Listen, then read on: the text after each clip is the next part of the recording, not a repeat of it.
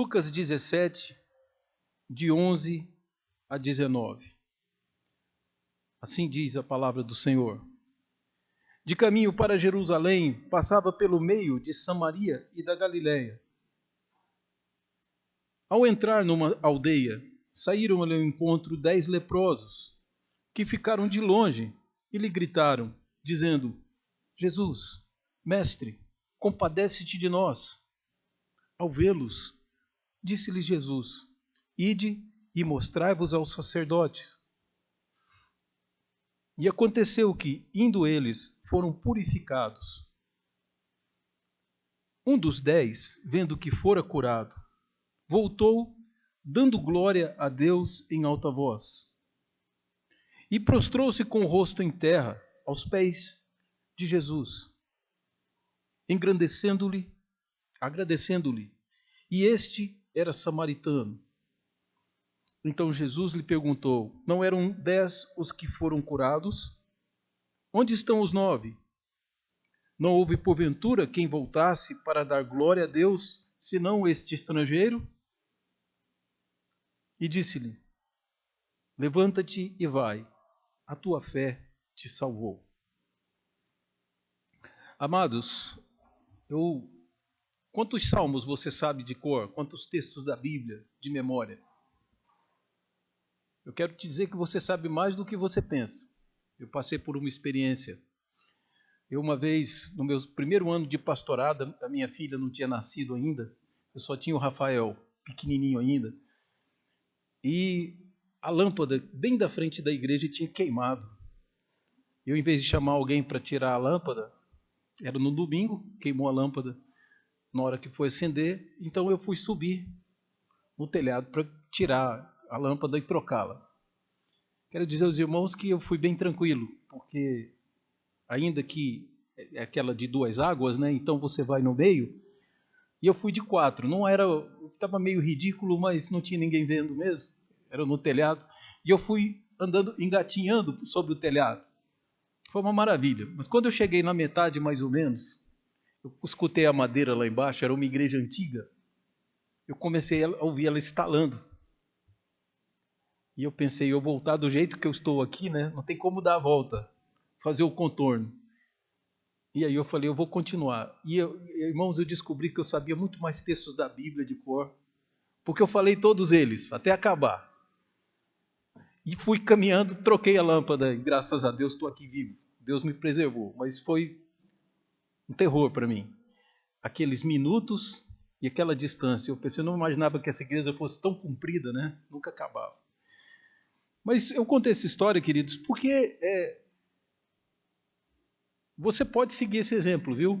Não de subir em telhado, deixa isso para os profissionais. Mas seguir o exemplo de toda vez que você estiver numa situação difícil, de problema, angustiante, pode clamar ao Senhor. Não é errado. Não é errado que eu, desejando coisas do meu coração, eu peça a Deus. Não é errado em momento nenhum que eu veja em Deus a fonte de todas as grandes bênçãos, porque foi exatamente isso que Tiago disse. Tiago escreveu que toda boa dádiva, todo dom perfeito, ele desce dos céus. E eu sei que você deve viver momentos difíceis. Momentos difíceis, talvez, na convivência familiar, momentos difíceis na vida profissional, no momento de crise no país que está se iniciando, né? Vamos ver se a gente tem que pedir interceder diante de Deus. Problemas de saúde que tenhamos, fale com Deus. Às vezes é só uma angústia. Não há promessa na Bíblia, pelo menos o apóstolo Paulo diz isso, para você não ficar ansioso com nada. Apresenta a Deus os seus pedidos. Ele não diz que Deus vai fazer tudo o que você quiser. Paulo diz que a paz de Deus, que excede todo o entendimento, vai guardar sua mente e o seu coração.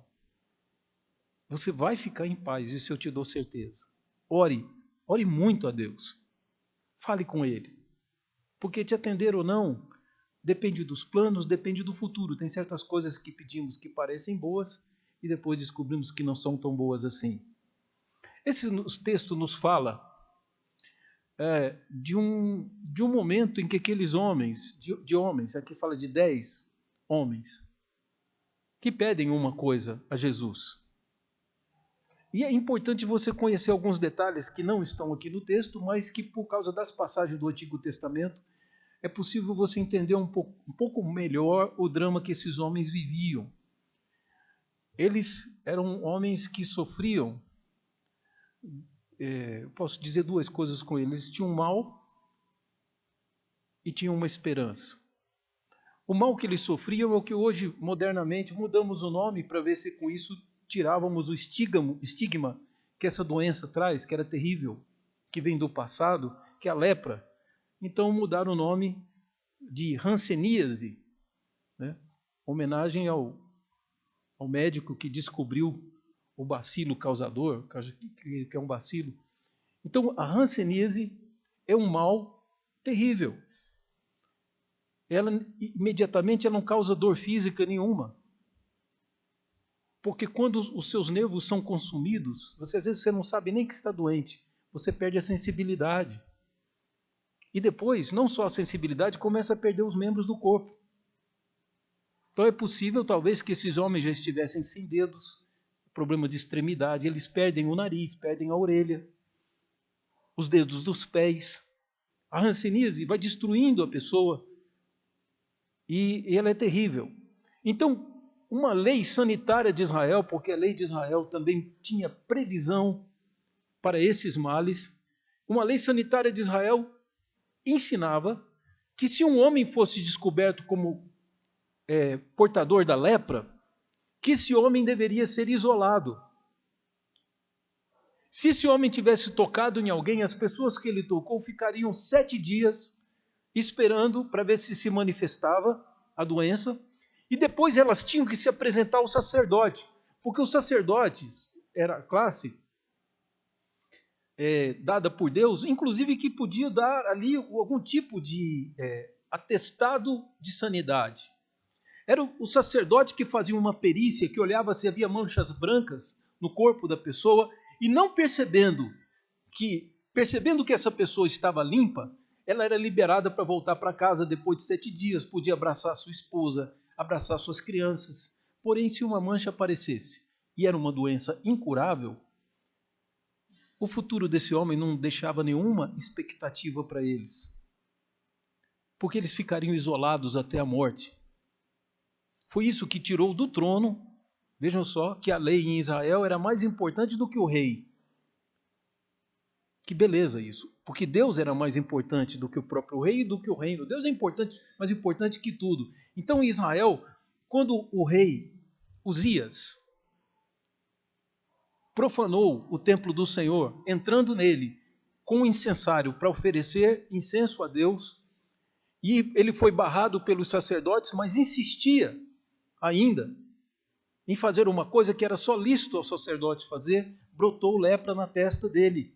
E o rei Uzias, então, é retirado à força, ele é carregado pelos sacerdotes que jogam ele fora, porque ele não sentiu. E o rei Uzias, então, é obrigado a ficar o resto do seu reino sem governar, morando afastado, morando na periferia, fora da cidade, ou ao relento, ou às vezes eles construíam choupanas e haviam comunidades de leprosos. Eles tinham que conviver e se ajudar mutuamente, porque a população era impedida. Muitas vezes o que a população fazia era levar comida a um lugar neutro e se retirar. E aí os leprosos vinham e pegavam a comida, os parentes pegavam, mas eles não podiam se abraçar, não podiam se falar, a não ser como fizeram com Jesus, gritando de longe. Vejam que coisa terrível. Então era o sacerdote que dizia ao sujeito: eu fiz a perícia, você está limpo, você pode ir para sua casa.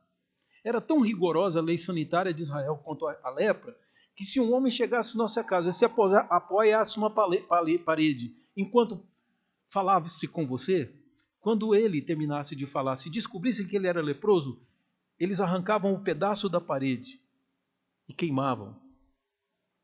Porque a população não podia correr o risco de ser contaminada. São leis sanitárias.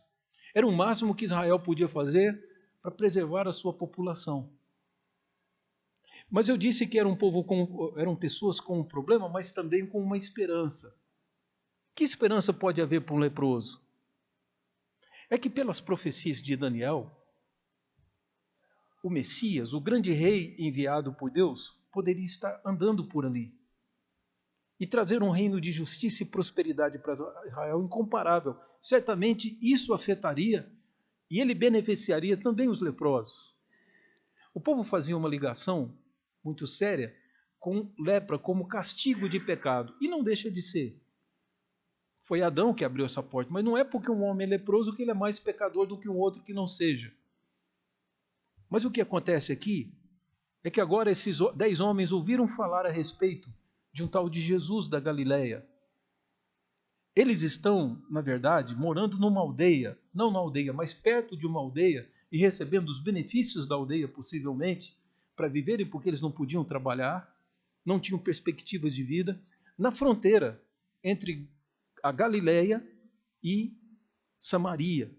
Se você olhar no mapa, você vai ver que bem ao norte fica a Galileia, e por isso o mar da Galileia lá. Você descendo abaixo da Galileia, ao lado do Jordão, fica Samaria, e embaixo fica a Judéia, onde estava Jerusalém. E Jesus ia para Jerusalém. E ele estava passando ali pela fronteira.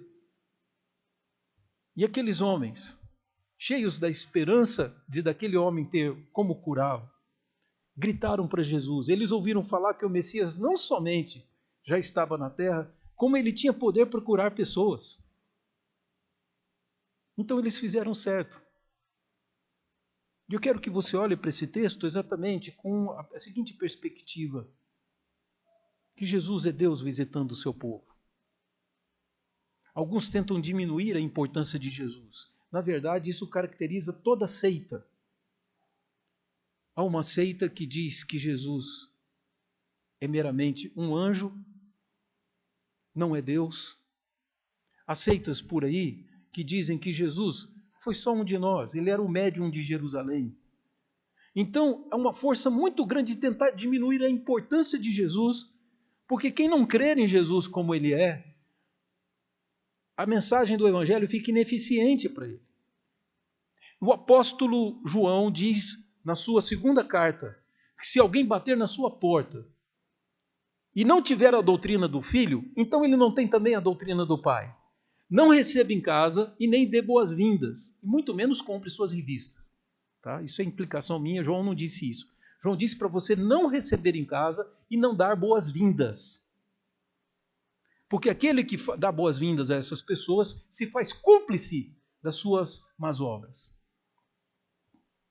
São palavras do apóstolo João, porque já naquela época existiam pessoas que tentavam ver Jesus como um qualquer, não como Deus. Mas quando o povo em Jerusalém via os milagres na Galileia, eles diziam essa frase: finalmente Deus visitou o seu povo. Então essa é a visita de Deus. E Jesus, quando subiu aos céus, disse: não vou deixar vocês órfãos.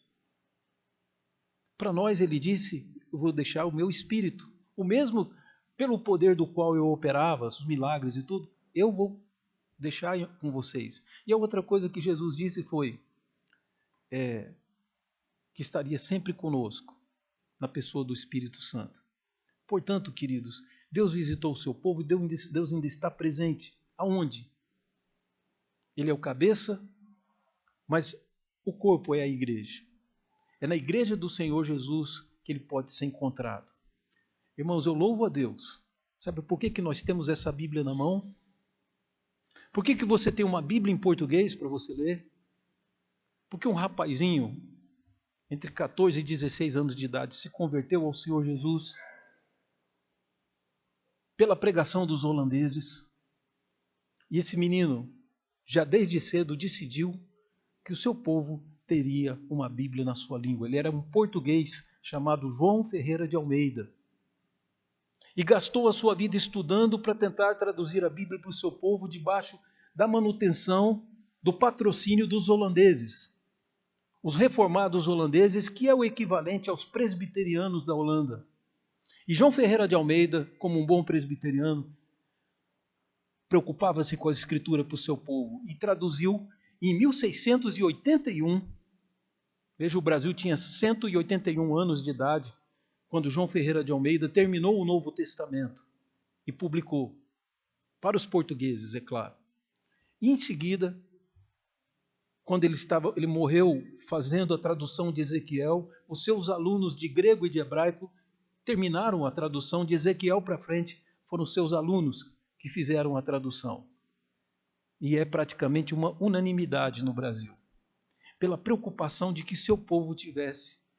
Por que eu tenho isso, queridos? Porque Deus trabalha pela sua igreja, que às vezes a gente despreza, que às vezes nós pensamos que é dispensável, e que eu posso trocar de uma e passar para outra, que eu posso faltar aos trabalhos, que eu posso menosprezar os serviços que Deus me dá através dela. Pode ser que eu faça isso. Mas Jesus só pode ser encontrado via sua igreja. Se a nossa presidente da República estivesse aqui e quisesse ser batizada, se o presidente Barack Obama quiser ser batizado e receber a bênção da aliança com o Senhor, ele tem que primeiro se converter ao Senhor Jesus e se ajoelhar diante da igreja, porque a igreja foi quem recebeu a autoridade de batizá-los. Portanto, Deus visitou o seu povo e não nos deixou. Deus visitou o seu povo em Jesus e ainda está presente no mundo através da sua igreja. Por isso é tão importante termos uma igreja pura. Não é só fonte de sermões e de estudos bíblicos. Vai bem além do que isso. E é por isso que eu quero aqui, queridos, que você veja que você ainda pode clamar ao Senhor. Aquele Messias estava lá. E Jesus estava passando, eles gritaram. Grito também nessa época, como hoje, pode significar falta de respeito. Nesse caso, gritaram porque eles estavam desesperados e Jesus estava longe, eles não podiam se aproximar. Havia uma distância. E se eles falassem normalmente, Jesus não os ouviria, pelo menos eles achavam. Então gritaram para Jesus: compadece-te de nós. Tenha compaixão de nós. A palavra paixão, querido, quer dizer dor. Compadecer significa tenha o Senhor, sofra a dor que nós estamos sentindo. Compadecer é isso. É eu padecer junto com a pessoa. Então eles disseram: Senhor, tem pena de nós. Compadeça-te de nós. Nem precisava dizer o que eles quis, só pelo jeito de vestir, como eles estavam, certamente cheios de trapos, amarrando o seu corpo. Era característico a posição dos leprosos, e Jesus estava à porta da aldeia. Então, mesmo de longe, Jesus gritou para eles: vão lá apresentar-se ao sacerdote. Que objetividade de Jesus, né? Ele disse: tá bom, eu curei vocês, podem ir lá no sacerdote. Ele não disse isso. Ele disse aos homens: vão lá apresentar o sacerdote. Ele falou: como é que eu vou lá apresentar o sacerdote? Eu todo cheio de lepra.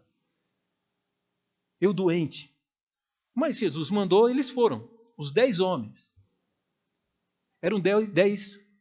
Eram 9 hebreus e um samaritano. O samaritano também tem sangue de Éber, poderia ser chamado de hebreu. Mas eles se desviaram na época do filho do rei Salomão. O rei Roboão não teve perícia de conduzir a nação e teve a sua nação dividida em 2 partes. Logo depois que Salomão entregou a coroa, o reino está dividido em Samaria, que é o nome da capital, ou você pode chamar de Efraim, o reino do norte. E ficou o reino do sul, que tinha Jerusalém, era Judá, e ali, mais tarde, os gregos chamaram de Judeia. E foi nesse lugar que Jesus foi crucificado. Acima de tudo, também como parte do Reino do Norte, tinha Galileia. Bom, essa geografia é só para a gente entender por que Jesus passava por essa fronteira. E Jesus então mandou-os. O que nós entendemos desse texto, querido? Pode pedir para Jesus, porque ele pode sim. Ele não discutiu, ele cura quem ele quer, ele dá vida a quem ele quer. E não vemos na Bíblia ninguém que teve seu pedido de cura recusado. E Jesus não dá como condição sine qua non para a pessoa ser curada, ela se converter. Aliás, é abominável sugerir, insinuar, que se você der uma grande oferta, Deus vai te atender. Não é preciso dinheiro. Na verdade, queridos, algumas vezes Jesus exige fé por uma questão de educar o povo. Mas às vezes até a fé o próprio Jesus dispensa, porque o poder não é da fé, o poder é do próprio Jesus. Ele cura pessoas que não têm fé. Olha em João capítulo 9, se você não tem um cego, aquele que teve lama aplicada aos seus olhos, fé no quê? Ele não sabia nem quem era Jesus.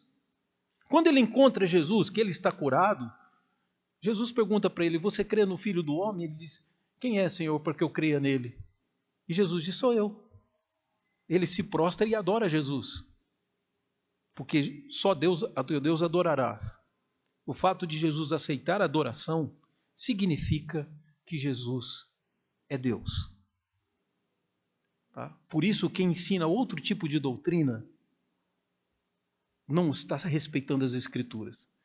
Tem uma versão de Bíblia, não é nem Bíblia, eles nem chamam de Bíblia, que está escrito o seguinte, que o cego prestou homenagem a Jesus. Essa é uma tradução desonesta.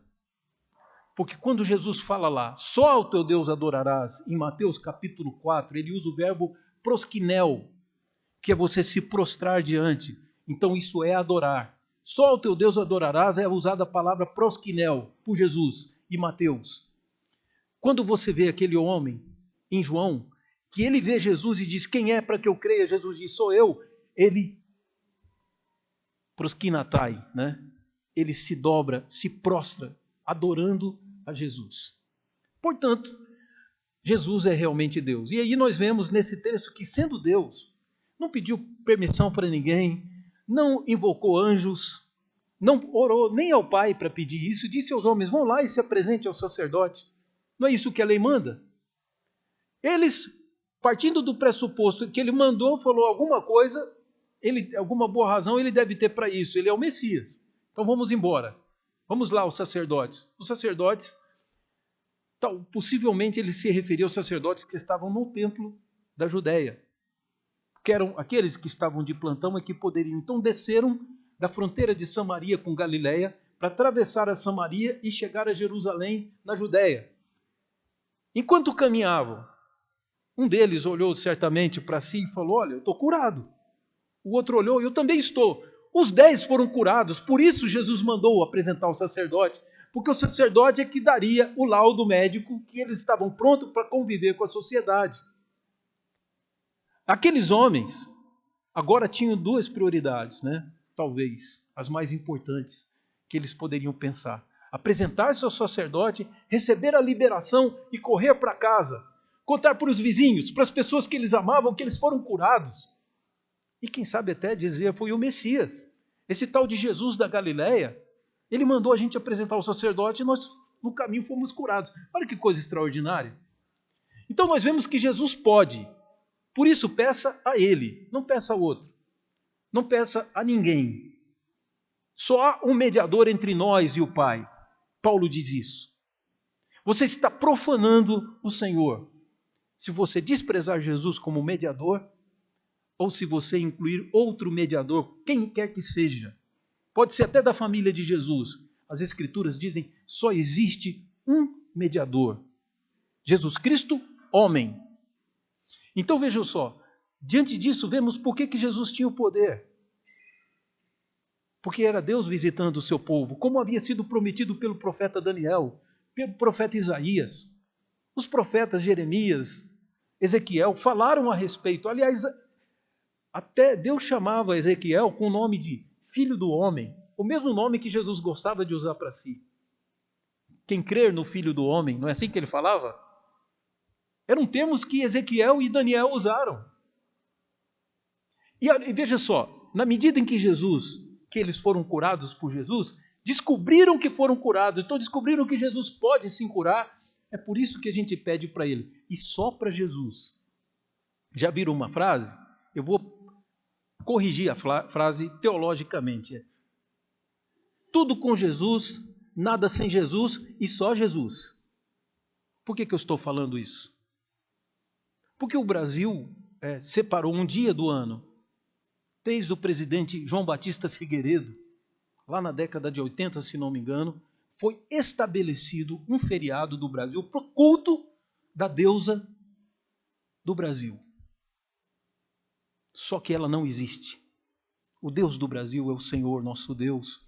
Deus de Abraão, de Isaac e de Jacó. Só Ele pode ser cultuado.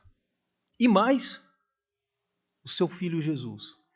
Se você quer ter certeza do que eu estou dizendo, leia os primeiros versículos da oração de Jesus em João 17. Jesus diz, eu lhes dei a vida eterna, falando dos discípulos, diz, e a vida eterna é esta, que conheçam a ti como o único Deus e a Jesus, teu Filho, a quem tu enviaste. A vida eterna é esta. Qualquer outro tipo de modalidade, de versão, não da vida eterna. Deus estabeleceu que seríamos salvos. Aliás, o livro de Atos nos traz um texto que acho que a igreja conhece bem, pelo menos alguns, quer ver? Porque não há outro nome debaixo do céu pelo qual possamos ser o quê? Salvos. Não é isso que diz lá, livro de Atos? Não há nenhum outro nome debaixo do céu pelo qual o homem possa ser salvo. Por isso, pedir para Jesus é o que há de mais correto. Em João capítulo 2, você tem um episódio. A mãe de Jesus, nossa maravilhosa irmã Maria, está numa festa e convidou Jesus. Ela é conhecida do pessoal da festa e convida Jesus e os discípulos para estarem ali. É o primeiro milagre de Jesus. Olha que coisa curiosa. E na hora de acontecer esse milagre, eu estou dizendo isso para lembrar vocês que Jesus pode. Jesus pode, sim. E aconteceu que acabou o vinho da festa de casamento. E aquilo era terrível. O que aconteceu, queridos? As pessoas da festa foram falar com Maria, que era conhecida, e foram lá a Maria rogar por nós os pecadores. Então disseram a mãe de Jesus assim, o vinho acabou. Maria vai interceder pelos pecadores. Ela vai rogar pelos pecadores e chega a Jesus e diz, Senhor, o vinho acabou. Ela chama Jesus de Senhor. E a pergunta de Jesus, repreendendo Maria, para corrigir um pensamento, uma teologia errada que já estava na sua cabeça, ele perguntou, o que eu tenho contigo? Literalmente no grego é, o que há entre eu e você? Entre mim e ti. Literalmente é isso que ele escreve. O que há entre mim e ti? E ela entendeu que ela havia errado. Que ela, como igreja, como parte da igreja, ela não é a mãe da igreja, ela é parte da igreja. Ela devia conduzir as pessoas para Jesus e não ficar de intercessora. Sabe aquela história, pede para a mãe que o filho atende? João capítulo 2 diz que não é assim. Maria cala sua boca, volta humildemente, porque ela era uma mulher humilde, cheia de qualidades, e diz ao mestre de cerimônias, está vendo aquele homem lá? Faça tudo o que ele mandar. Esse é o papel da igreja, seja ela qual for. Quer se chamar de igreja cristã? Então nossa tarefa é conduzir os homens a Cristo, não é ficarmos no meio. Dê seu dinheiro para nós e nós vamos fazer milagres na sua vida. Quem disse isso? A palavra de Jesus era exatamente o contrário. Vende tudo o que você tem, dá aos pobres e depois me segue. Foi assim que ele falou para o jovem rico. Depois de dar aos pobres. Então essa ideia de comprar bênção ou de pedir bênção para outra fonte está completamente errado. E Jesus manda os homens colocarem água nas talhas. Eles puseram água. Falou, agora levem lá para o salão. Parecido com a história dos leprosos. Porque Jesus pode. Os homens foram servir a água. Parece absurdo. Só que quando eles desceram as talhas, era vinho. E as pessoas que beberam disseram, esse vinho é de melhor qualidade do que o primeiro. Como que vocês fazem isso? Ficam escondendo vinho e servindo vinho de pior qualidade para os convidados? Porque aquele vinho era o vinho de Jesus, queridos. Ele pode. Só Ele. Você não pode orar para mais ninguém.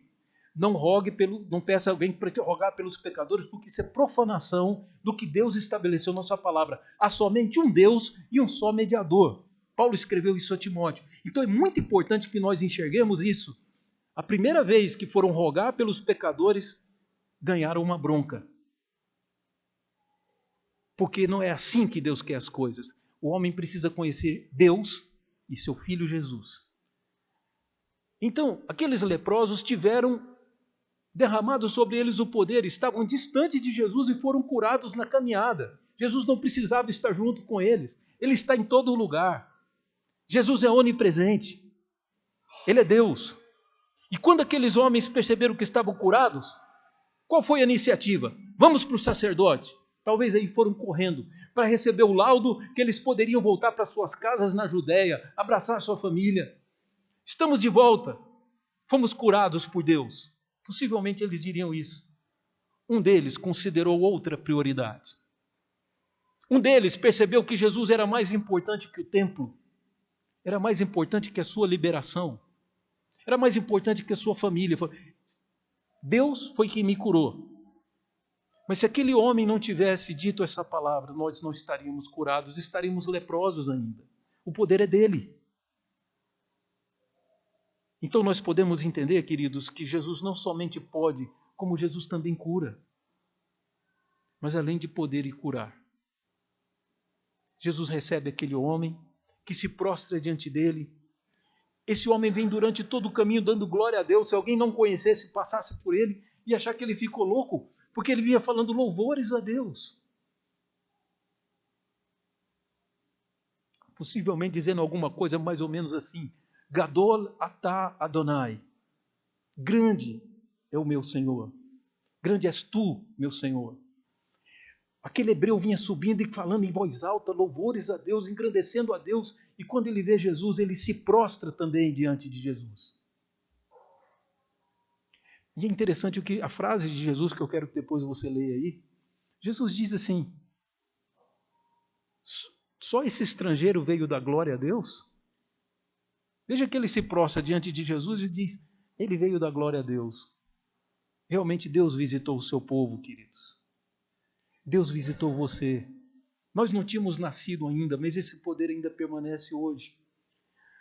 Para que nós preguemos que Jesus não somente pode, como Jesus faz. E mais do que isso, Jesus salva. Aquele homem que entendeu que a sua relação com Jesus era mais forte do que o seu problema de saúde, do que os males e as privações que foram gerados, esse homem parte para a direção de Jesus. Ele esquece do templo, ele esquece do laudo médico, ele esquece da sua família, ele esquece de tudo e vai procurar Jesus e se prostra diante dele. Agora ele está curado, ele pode vir para perto. Se aproxima de Jesus e se dobra diante dele. Jesus disse: levanta-te e vai. A tua fé te salvou. Jesus não somente é aquele que cura, ele não somente é aquele que pode curar, ele ouve as nossas orações e pode fazer tudo, mas Jesus é mais do que isso, é aquele que salva. Sabe por que Jesus curou aqueles homens, queridos? Sabe por que Jesus disse para aquele homem: vai, a tua fé te salvou? Por uma simples razão. Porque ele sabia que ele ia para a cruz. As enfermidades em nossas vidas, como os males do nosso tempo, da nossa terra, são fruto do pecado. Então ninguém tem autoridade de tirar esse resultado do pecado em nós. Por mais que tenha pena de nós, não é lícito. Só é lícito se Deus liberá-lo para isso. E Jesus foi liberado por Deus, e todos que passaram no caminho de Jesus e pediram: me cura, Senhor, ele curava. Mesmo que essas pessoas não voltassem, mesmo que essas pessoas não passassem a adorar o Deus de Israel, mesmo que essas pessoas não abandonassem o seu pecado, eles permaneceriam curados. Não é uma troca. Em Jesus nós conhecemos graça. Jesus já sabia que só um voltaria, mas curou os 10. Que maravilha! Jesus pergunta: não foram 10 os curados? Então Jesus sabe que foram 10 curados. Não pensem que a fé pode operar alguma coisa. Fé não opera nada, não pode nem nos salvar. Ah, pastor, mas a igreja diz que somos salvos pela fé. Somos salvos pela graça mediante a fé. É bem diferente. A fé é um pré-requisito. Deus nos dá essa condição de crermos para sermos salvos. Mas o que nos salva é a graça, é Deus dar favor a quem não merece. E é exatamente o que aconteceu com esse homem. Sabem, queridos? Esse homem que voltou foi salvo. Os que foram curados porque Jesus já carregou sobre si todas as nossas dores e os nossos sofrimentos. Peça a Ele. Peça cura. Pode pedir o impossível. Eu não estou dizendo que Ele vai fazer. Mas às vezes vai. Então eu não estou dizendo que Ele vai fazer. Eu só estou dizendo que Ele quer que você peça. Angustie o seu coração. Ore a Ele. Ele fará o melhor. E a paz de Deus ainda vai encher o seu coração. Isso é certeza. Mas o que nós temos aqui é: a tua fé te salvou. Salvou porque a graça do Senhor o levou a morrer na cruz. E na cruz foram lançadas todas as nossas enfermidades e nossas dores. Por isso, na segunda vinda de Cristo, não haverá mais doenças, não haverá mais abandono, não haverá mais choro, não haverá mais morte nem luto.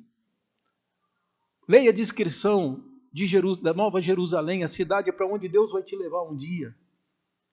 Lá diz que tem ruas de ouro, diz várias coisas que tem, mas diz que não há templo. Porque Deus vai morar na sua casa e você vai morar na casa dele. Lá diz que não haverá sol e não haverá mar.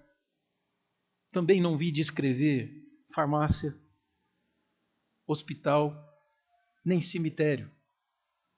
Leia Apocalipse 21 e 22, você vai ver que não tem essas coisas lá. Porque um dia, que nós vamos achar que é um dia normal, você levanta da sua cama e vai para o seu trabalho, vai fazer alguma coisa, vai ser um dia interrompido. Vai ser o dia em que o Senhor Jesus voltará como grande juiz, mas também resgatando o seu povo, que faz parte do seu corpo, que o serviu por amor. Esse homem tinha amor por Jesus. Ele não precisava voltar, mas ele voltou. Quem ama o Filho é amado também pelo Pai. Foi isso que Jesus disse.